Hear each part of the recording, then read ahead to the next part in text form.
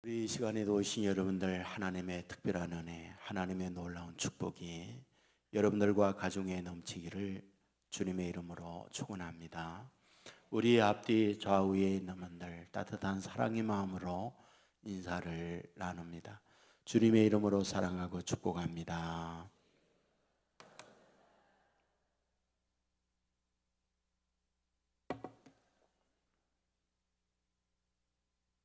예, 감사합니다.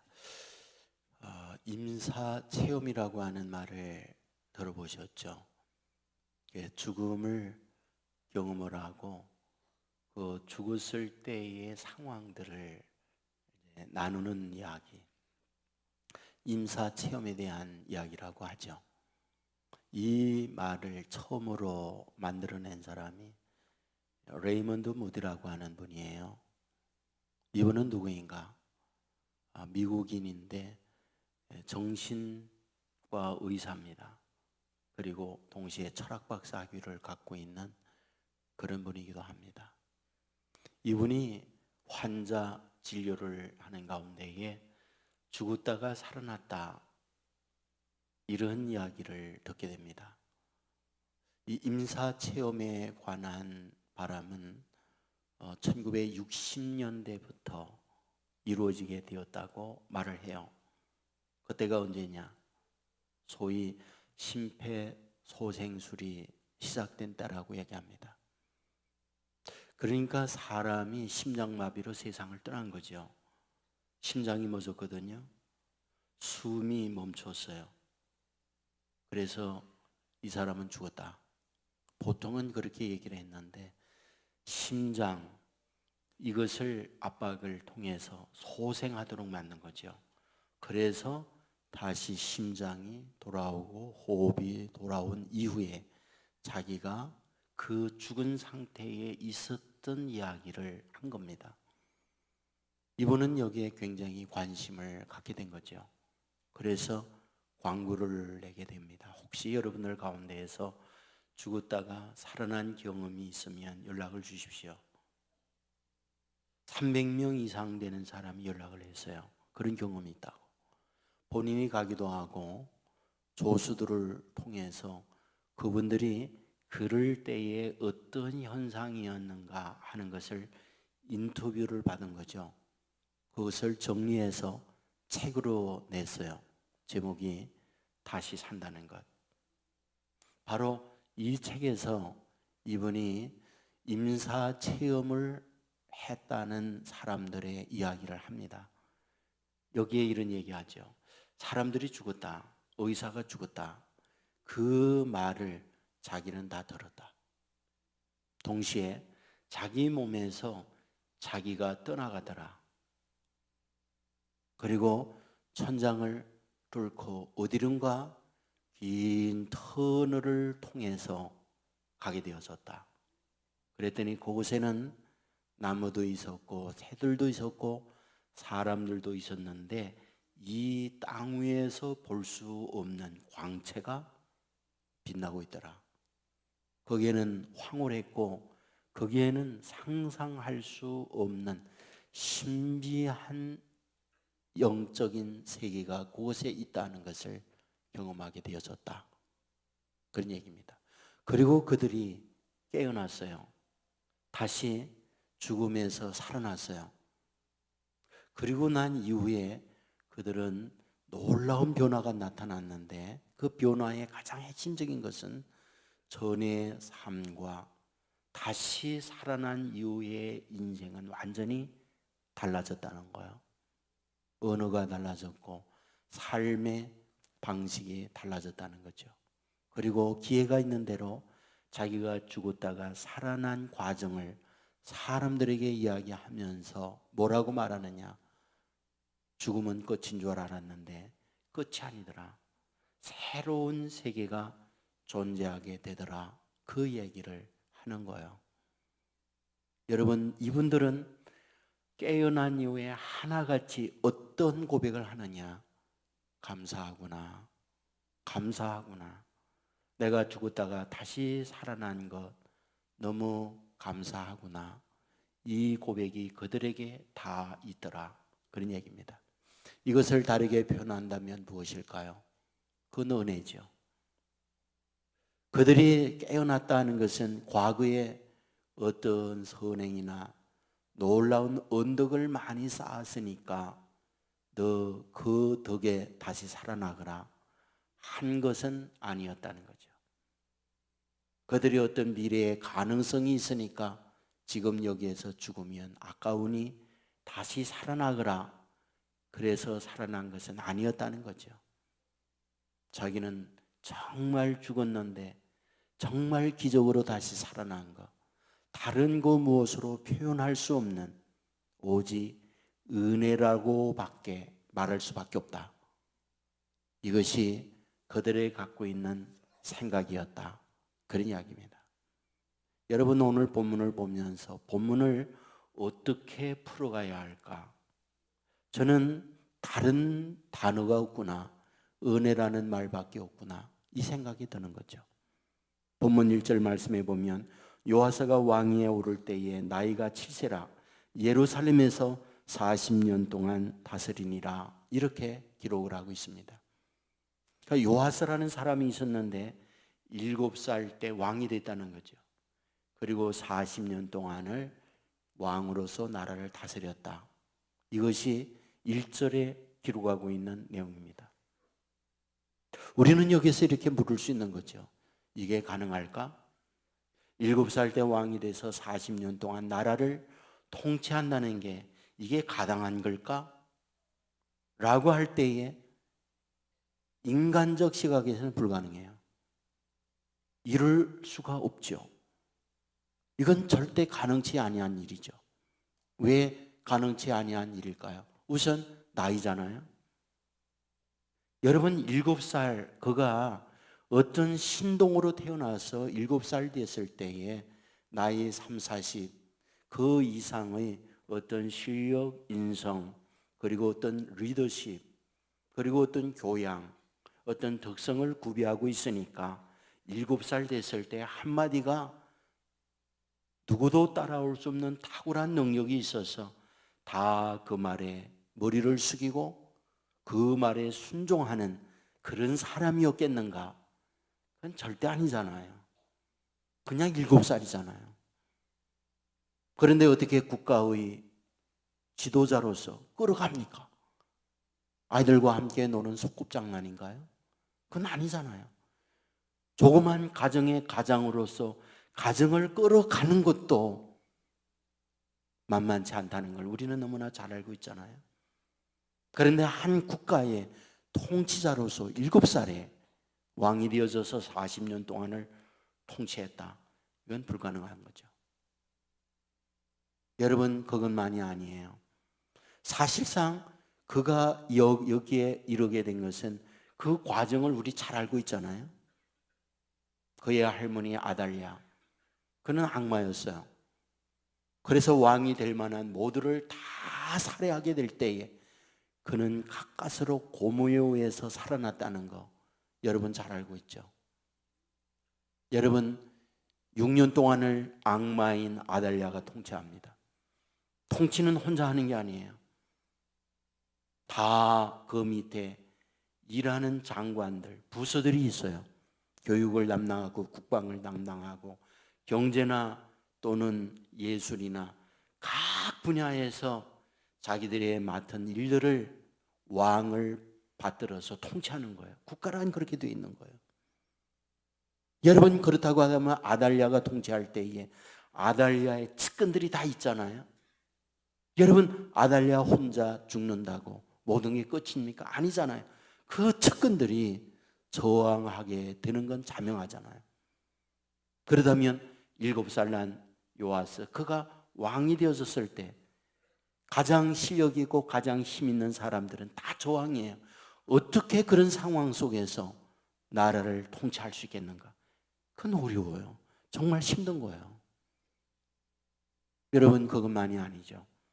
여러분 국가라고 하는 것은 혼자 있는 것만이 아니에요. 우리나라만 해도 우리는 늘 정말 어려운 위기에 있는 거죠. 반도라고 하는 것은 항상 다리가 되어서 대항으로부터 올 때에 반도를 통해요. 대륙에서 대항으로 내려갈 때는 반도를 통해요. 한반도는 길목이죠. 그래서 지금까지 역사 이래 편안하게 한번 있은 때가 없죠. 늘 외부의 두려운 가운데 지내는 게 한반도예요. 그런데 요아스가 유다를 통치할 때 유다 역시 그랬다는 거예요. 어땠느냐?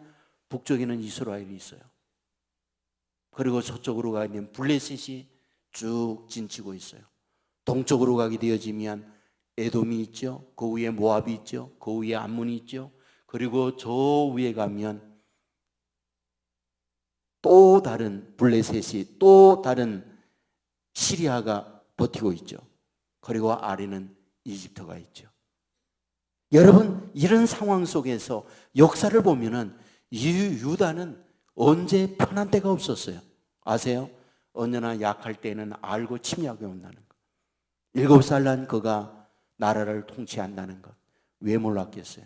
특별히 누구가 죽고 난 이후에 왕이 된 겁니까? 아달랴가 죽고 왕이 됐어요. 아달랴가 누구였는데? 북쪽 아합의 왕의 딸이었어요. 공주가 씹어왔다는 거 알죠? 그러면 그 공주가 남쪽의 여왕이 되었다는 건 북쪽의 입장에서 박수 치기 어렵잖아요. 우리의 딸이 남쪽의 여왕이 되어졌다. 그 자랑이었던 거죠. 그런데 문제는 뭡니까? 그가 죽었어요. 그렇다면 그 북쪽에 있는 그들이 가만히 있었겠느냐? 가만히 있을 수가 없죠. 바로 이러한 여러 주변 환경적 여건 자체가 뭐하다?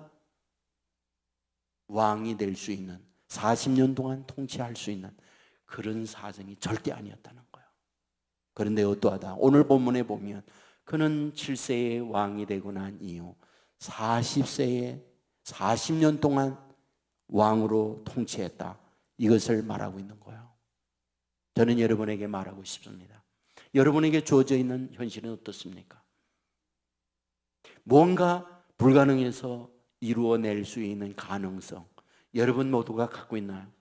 여러분의 아들, 딸들이 그런 가능성을 소유하고 있느냐는 거죠. 어떻게 생각하면 금수저, 은수저가 아닌 경우 많이 있어요.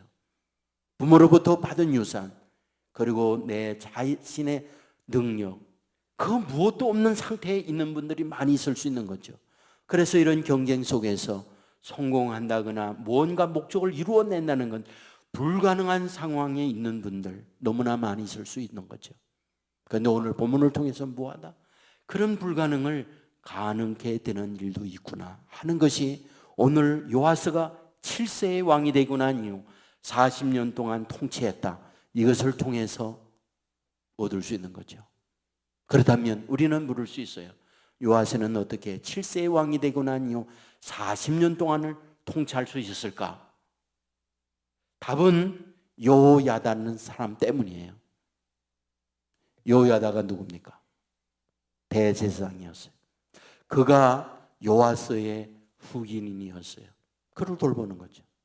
그래서 그가 아달랴를 죽이고 난 이후에 왕으로 세워졌고 40년 동안을 통치할 수가 있는 거죠. 그런데 한번 묻겠습니다. 정말 요야다, 그가 훌륭하고 그가 능력이 있어서 이 요아스를 왕으로 세우고 40년 동안을 통치하도록 만들어 주었을까? 증거는 아니라고 생각해요. 왜 아니냐? 한번 생각해 보십시오.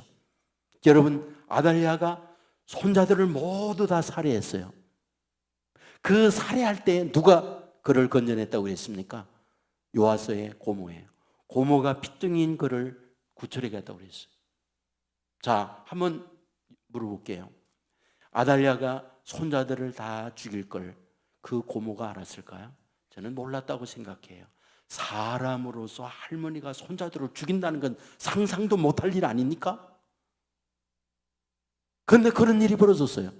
그런 일이 벌어질 때에 이 고모가 요아스의 옆에서 그 요아스를 데리고 갔다. 어떤 많은 조카들 가운데 얘만이 탁월하구나, 얼굴 보니 광채가 나구나, 얘만이 앞으로 멋진 인물이 될 수 있구나, 이것을 보고 걔를 데리고 갔다, 이 말입니까? 그건 아니잖아요. 그렇다면 어떻게 이 요아스를 데리고 갔는가? 다른 말로 표현할 수가 없어요. 하나님의 섭리라는 거예요. 하나님의 숨겨져 있는 뜻이 이 안에 담겨져 있다는 거예요. 여러분, 아달랴 통치 이후에 여러분, 그가 7살의 왕이 되었을 때 반란할 수 있는 여건이 너무나 많이 있었잖아요. 그런데 반란할 수 있는 그들이 반란을 일으키지 아니하고 7살 때 왕이 되어 나라를 다스릴 수 있었다. 하나님의 손보심, 하나님의 배후의 섭리가 이 안에 있다고 말할 수밖에 없잖아요. 여러분, 주위에 있는 나라들이 착한 사람들이 아니에요. 주위에 있는 다른 국가들이 역사적으로 보면 그렇게 젠틀하고 신사적이어서 이렇게 힘든 7살 난 왕이 됐으니 우리가 다 함께 도와줍시다. 이렇게 멋진 사람들이 절대 아니거든요. 그러면 그들이 7살 난 그가 왕이 되었을 때 통치하는 그것을 침략하지 아니하고 두었다. 어찌 된 일입니까? 저는 이것이 하나님의 섭리라는 거예요. 이게 하나님의 개입이라는 거예요. 생각해 보세요. 그가 어릴 때에 성전에 들어가서 큽니다. 아장아장 걸어요. 말하기 시작해요. 그리고 어느 정도 크면 뛰어다니고 밖에 나와요. 그럼 분명히 성전에 예배하러 온 자에게 노출이 될 수밖에 없죠. 6년 동안 그곳에 지내니까. 그렇다면 이것이 누구에게 들어갈까요? 아달랴, 악마에게 들어가잖아요. 그렇다면 어떡할까요? 그 사이에 와서 성전을 완전히 쑥대밭으로 만드는 거죠. 악마니까. 그런데 6년 동안 덜키지 않았다는 거. 뭘 뜻하는 겁니까? 하나님께서 그 악마의 아달랴의 눈, 아달랴의 길을 열지 않도록 막아주었구나. 이것을 보여주고 있는 말씀이라는 것이죠. 저는 생각해 보는 거죠. 그가 어느 정도 크면서 자기 아버지 어머니가 저 악마에 의해서 죽고 자기의 형들, 주위에 있는 사람들이 저 악마에서 다 죽었구나. 이 사실을 알았을 때 나는 고아요, 나는 아무도 없는 혈혈단신이구나 라고 하는 생각을 가졌을 때 그는 어땠을까? 저는 힘들었다고 생각해요. 정말 힘들었다고 생각해요. 그런데 그때 때로는 혼자 울고 때로는 혼자 외로울 때에 하나님은 그와 함께하여 그를 돌보아 주었고 그에게 힘이 되어 주었고 눈물을 닦아 주었고 오늘에 이르도록 만들어 주었구나 라고 말씀할 수밖에 없다는 거죠. 이것을 우리는 다른 말로 말한다면 무엇일까요? 그건 은혜라고 말할 수밖에 없다는 거죠. 요아스가 7세에 왕이 되고 40년 동안 통치했다. 이 말은 무슨 말이냐? 하나님의 은혜를 입은 사람이로구나 라고 말할 수밖에 없다는 말이죠. 사랑하는 여러분, 아세요? 이 은혜는 성경만이 우리에게 말해주고 있는 단어라고 하는 사실을. 여러분, 불교나 힌두교나 이슬람에 은혜라는 게 없어요. 은혜가 뭔지를 몰라요. 은혜가 무엇입니까? 값없이 베풀어주는 하나님의 호의예요. 내가 받을 만한 어떤 대가가 있어서 받는 게 아니라는 거죠. 사랑받을 만한 게 있어서 사랑받는 게 아니라는 거죠.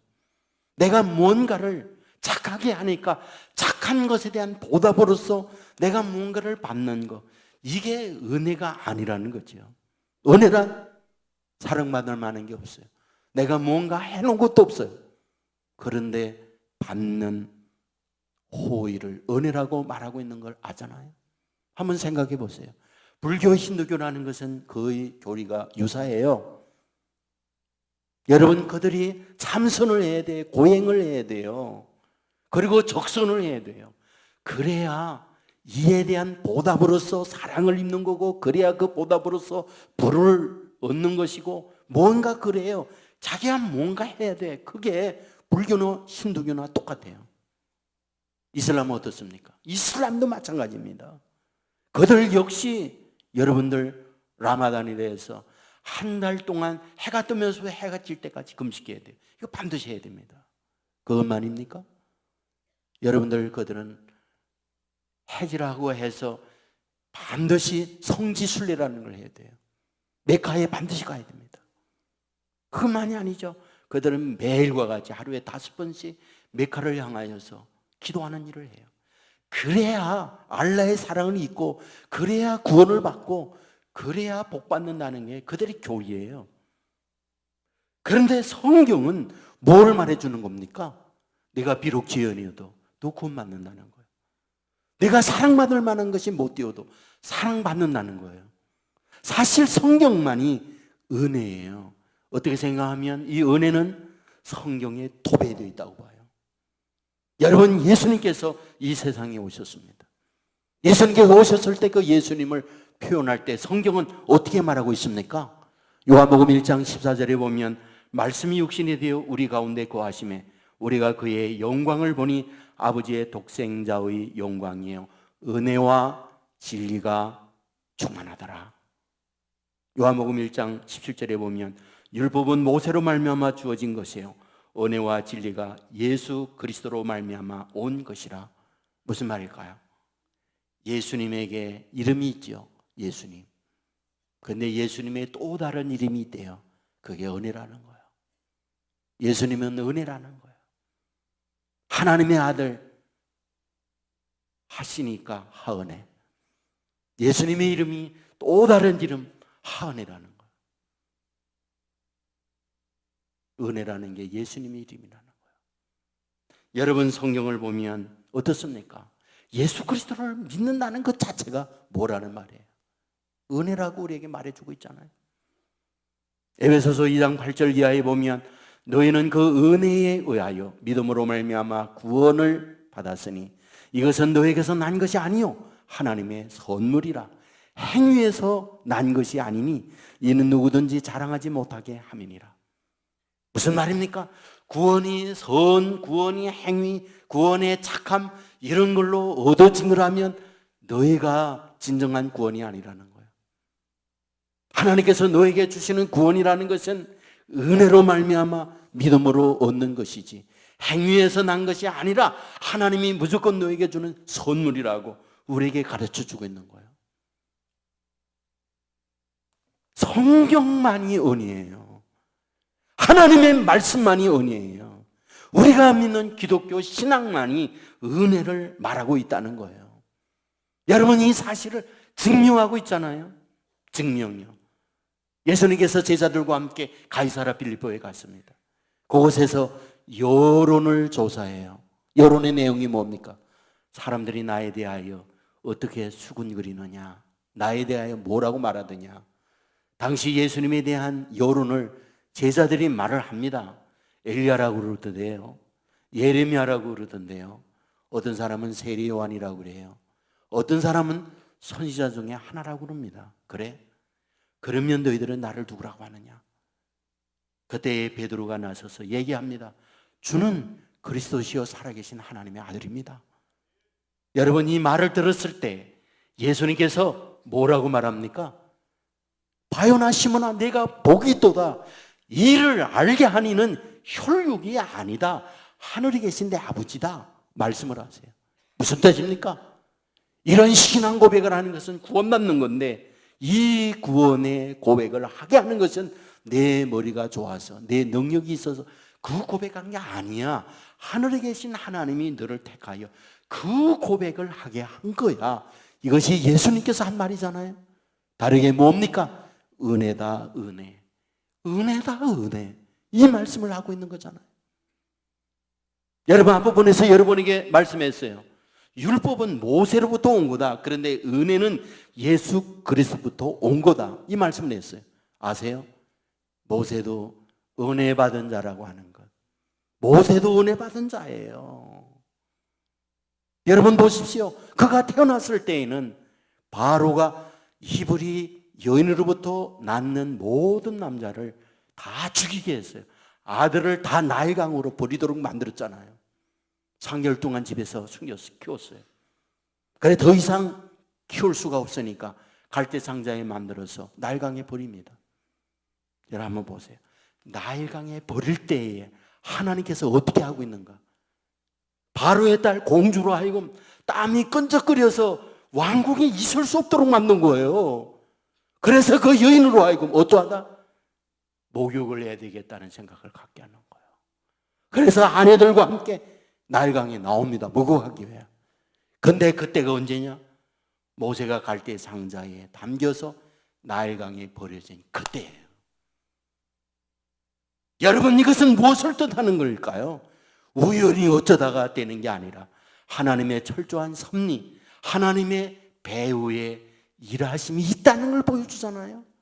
왕궁에서 떠나서 나일강에 왔을 때 때마침 그 갈대 상자는 나일강, 그게 둥둥 떠 있는 그것과 함께 어쩌면 그렇게 정확하게 그 시간을 맞춰주는 겁니까? 갈대 상자를 열었어요. 누가 있던가요? 히브리 아이가 있어요. 히브리 아이가 있다는 말은 무슨 뜻입니까? 이들이 내 아버지의 명령을 잘 따르는구나. 그래, 아버지의 명령, 히브리 남자애들은 다 죽이라고 그래서 버려라. 당연히 그래야 됐다는 거죠. 그런데 어떠하다? 아버지의 명령은 히브리 남자아이를 다 죽이도록 명령하고 있는데 그 딸, 누구보다 그 딸이 아버지의 명령을 순종하고 따라가야 할 그 법규를 어떠하다? 그는 지키지 아니하고 사랑의 마음이 들었다는 거예요. 모성애가 들어서 그 아이를 왕궁으로 데려갔다. 우연히 하는 거예요. 아니었다는 거예요. 하나님의 배후의 섭리, 하나님의 일하심이 있었구나 하는 걸 보여주는 말씀이라는 거죠. 무슨 뜻일까요? 이 세상에 일어나는 거 어떤 거 하나 그냥 일어나는 것 같지만 배후에 하나님의 이런 섭리, 하나님의 일함 속에서 이루어지는구나. 다 은혜구나. 이것을 보여주고 있는 말씀이라는 거예요. 예수님께서 십자가에 못 박혀 돌아갑니다. 왜 십자가에 못 박혀 돌아갑니까? 성경은 이렇게 말해요. 로마서 5장 8절에 보면 우리가 아직 죄인이었을 때에 그리스도께서 우리를 위하여 죽으심으로 하나님께서 우리에 대한 자기의 사랑을 확정하셨느니라. 예수님께서 십자가에 못 박혀 돌아가는 것은 죄인을 위한 배속적 죽음이라는 거 알잖아요. 죄인의 벌을 예수님이 대신 받는 것이 십자가라는 거 너무나 잘 알고 있잖아요. 그런데 어떤 일을 위하여 대신 벌을 받아줄까요? 지금까지 지나온 삶을 보니까 쟤는 착하구나. 저런 아이들을 위해서 내가 죽을 만해. 그런 뜻이라는 말입니까? 지금까지 지나온 건 잘못 살았지만 앞으로 쟤를 보니까 싹시 있어. 싹시 파래. 그렇기 때문에 쟤들을 위해서 내가 죽는 것이 당연해. 그러하다는 말입니까? 오늘 성경은 말하고 있잖아요. 아직 죄인이었을 때에. 무슨 뜻입니까? 지금까지 살아온 게 형편없다는 거예요. 앞으로도 보면 형편없다는 거예요. 그런데 그들을 위해서 죽어졌다는 거예요. 집안이 좋은 것도 아니에요. 가능성이 있는 것도 아니에요. 고약하게 살았어요. 형편이 없어요. 그런데 그를 위하여, 오히려 그런 일을 위하여 죽는다는 것이 창피해요. 손해예요. 그런 위해서 죽는 것은 정말 어리석은 죽음이에요. 소위 개죽음을 하는 거예요. 그런데 우리 주님은 어떠하다? 그걸 알면서 죽으신 것이 십자가라는 거예요. 뭘로 표현할까요? 다른 말이 없다는 거예요. 은혜라고 말할 수밖에 없다는 거예요. 은혜 외에 다른 표현이 있을 수 없다는 거예요. 바로 무슨 얘기입니까? 오늘 저와 여러분이 예수님을 믿는다라는 이 말은 무슨 뜻이다? 은혜를 받은 자다. 이 뜻이라는 사실 믿으시기를 주의 이름으로 축원합니다. 리 스트로베리라고 하는 분이 은혜, 하나님의 은혜 이런 책을 쓰셨어요. 제가 이 책을 읽으면서 은혜도 많이 받고 참 눈물도 많이 흘렸어요. 3월 달에 이 책 추천 도서로 여러분에게 드릴 테니까 꼭 한번 읽어보세요. 참 은혜가 넘쳐요. 여기에 스테판이라고 하는 여인이 등장을 해요. 라디오 방송에서 이분이 어떤 간증을 했는데 이 저자가 목사님이신데 그걸 들어요. 그리고 이분을 만나기 위해서 비행기를 타고 덴바라고 하는 곳까지 갑니다. 그리고 이 여인과 인터뷰합니다. 그 인터뷰한 내용을 정리해서 책에 실었어요. 이렇습니다. 그의 고향은 부산이에요. 6.25 직후에 태어났다는 거예요. 자기 아버지를 몰라요. 왜? 미군이었기 때문에. 그리고 자기 어머님이 한국인입니다. 그래서 태어나서 어머님이 돼서 한 3, 4살 정도까지 큰 것 같대요. 추석날이었는데 가족들이 다 모여서 즐거워해야 할 그때에 다툼이 생겼대요. 자기 때문에. 자기가 그걸 안 거예요. 추석이 끝나고 가족들을 다 갔습니다. 그리고 어머님이 옛날에 보자기 있잖아요. 그게 뭔가를 싸서는 이 아이에게 준 거죠. 그리고는 엄마와 함께 기차역으로 갔어요. 얘기합니다. 얘야, 이제 이 기차를 타고는 사람들이 다 내릴 때 그때 너도 내려라.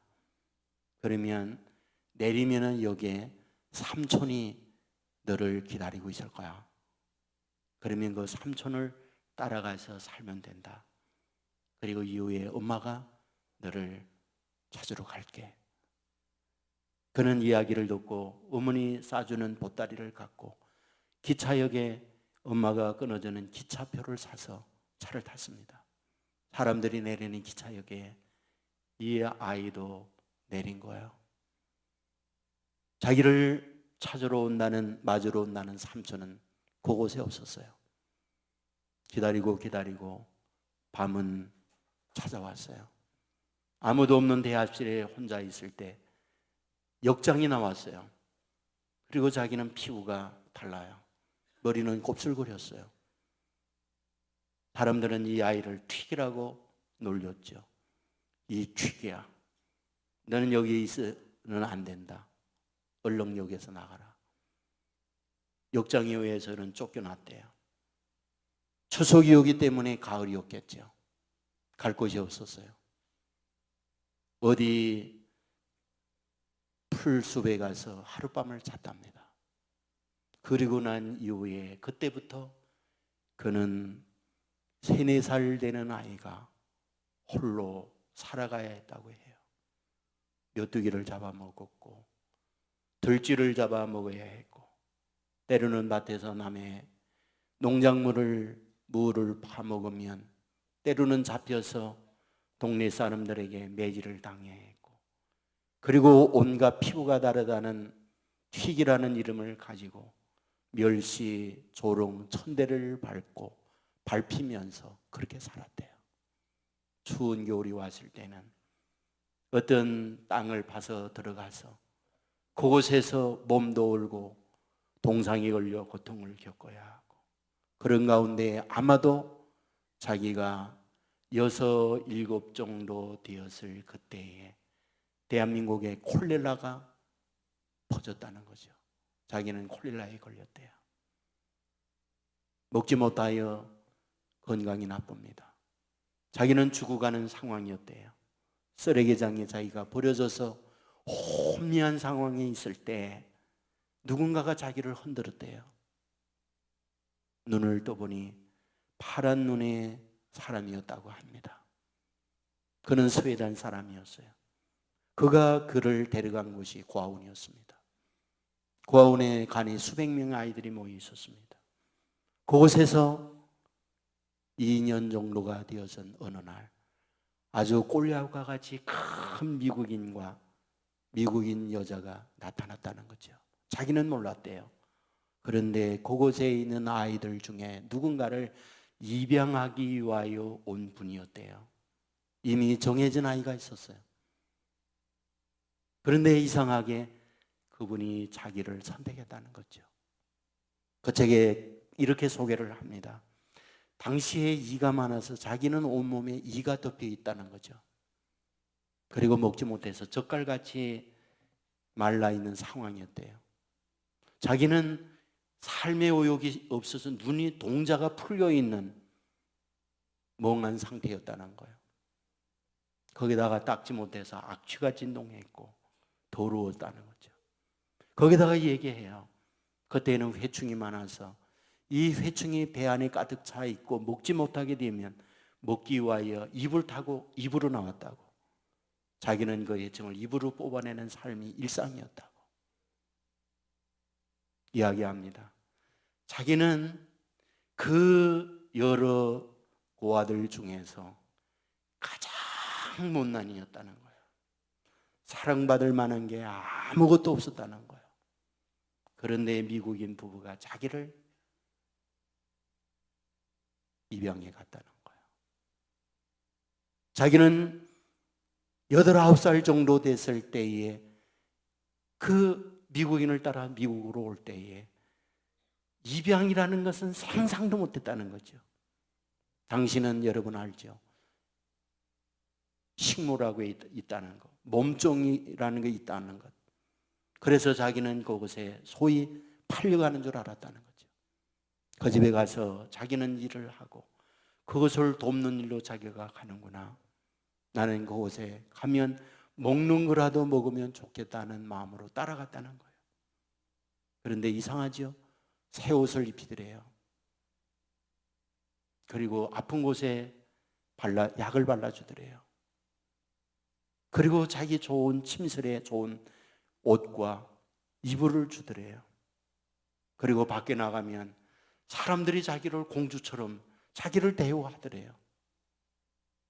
자기는 마음이 불안합니다. 언제 나를 부려먹을 건가? 언제 나를 몸종으로 쓸 건가? 언제 나를 고되게 일을 시킬 건가? 그런데 아무 일도 시키지 않는 거죠. 얼마간 시간이 갔어요. 그리고 밖에 나가서 자기 또래에게 이야기했다는 거죠. 나 참 이상하다. 저 미국인 아저씨, 저 아주머니가 나한테 일을 안 시켜. 나에게 너무너무 잘해줘. 참 이상하다.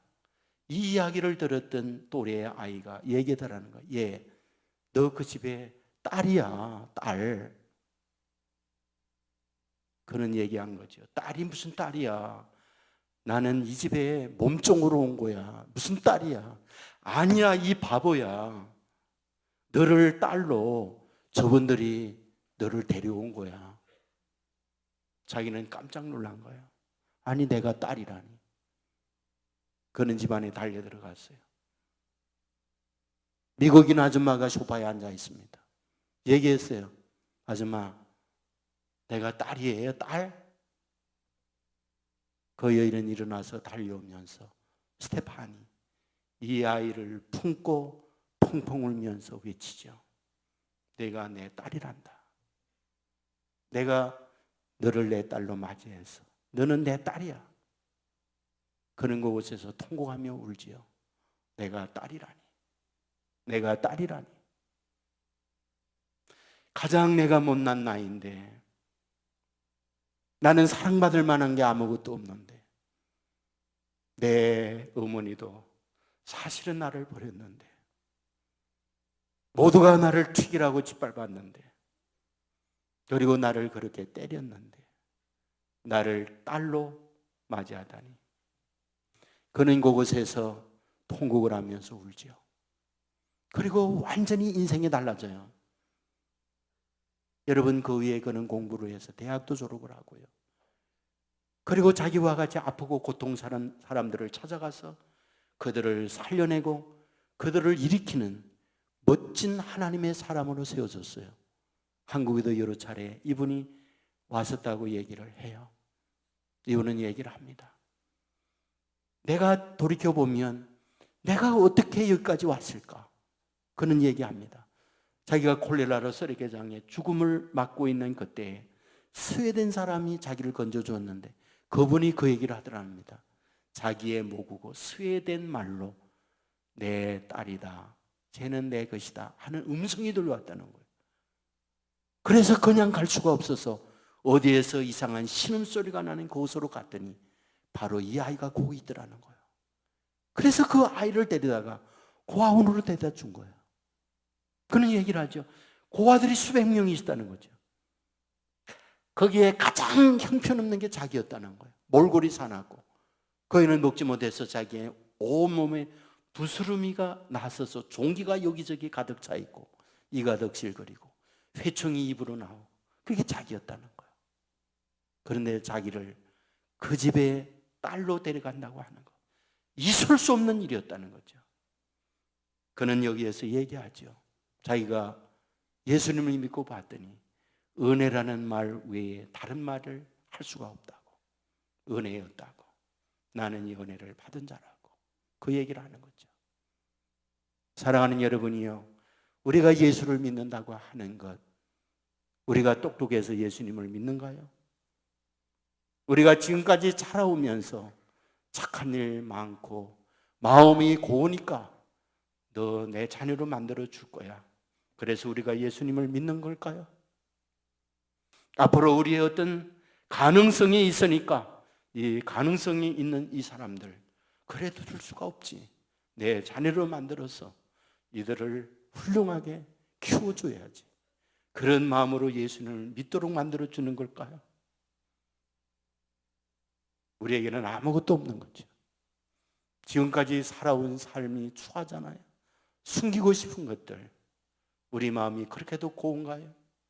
우리 안에 더럽고 악한 것들이 얼마든지 도사리고 있는 거죠. 앞으로도 훌륭한 인물로 살아날 가능성이 존재하고 있는 건가요? 그런 것도 존재하고 있는 것이 아니죠. 그런데 하나님은 저와 여러분을 불러서 얘기하는 거잖아요. 너는 내 아들이라고, 너는 내 딸이라고, 내가 너를 지명하여 불렀다고 말씀하고 있잖아요. 무엇으로 말할 수 있을까요? 은혜 외에 그 어떤 것으로 이것을 말할 수 있을까요? 우리는 하나님의 이 큰 은혜 받았다는 사실을 믿으시기를 주의 이름으로 축원합니다. 은혜 외에 그 무엇으로 이것을 말할 수 있을까요? 하나님은 저와 여러분을 은혜로 택하여 주셔서 하나님의 자녀로 삼아 주신 겁니다. 아십니까?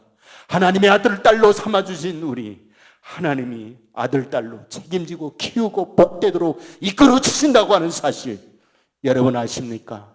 이 은혜를 알고 이 은혜에 대하여 감사할 줄 아는 자만이 하나님의 더 큰 감사할 수 있는 복을 누리며 살 수 있도록 복 내려 주신다는 사실, 여러분 이 사실을 우리가 알고 이 은혜에 대하여 감사하는 자가 되어 더 큰 감사가 이루어날 수 있는 복을 받으며 사는 저와 여러분의 삶이 될 수 있기를 주님의 이름으로 축원합니다. 우리 모두 자리에서 일어나겠습니다.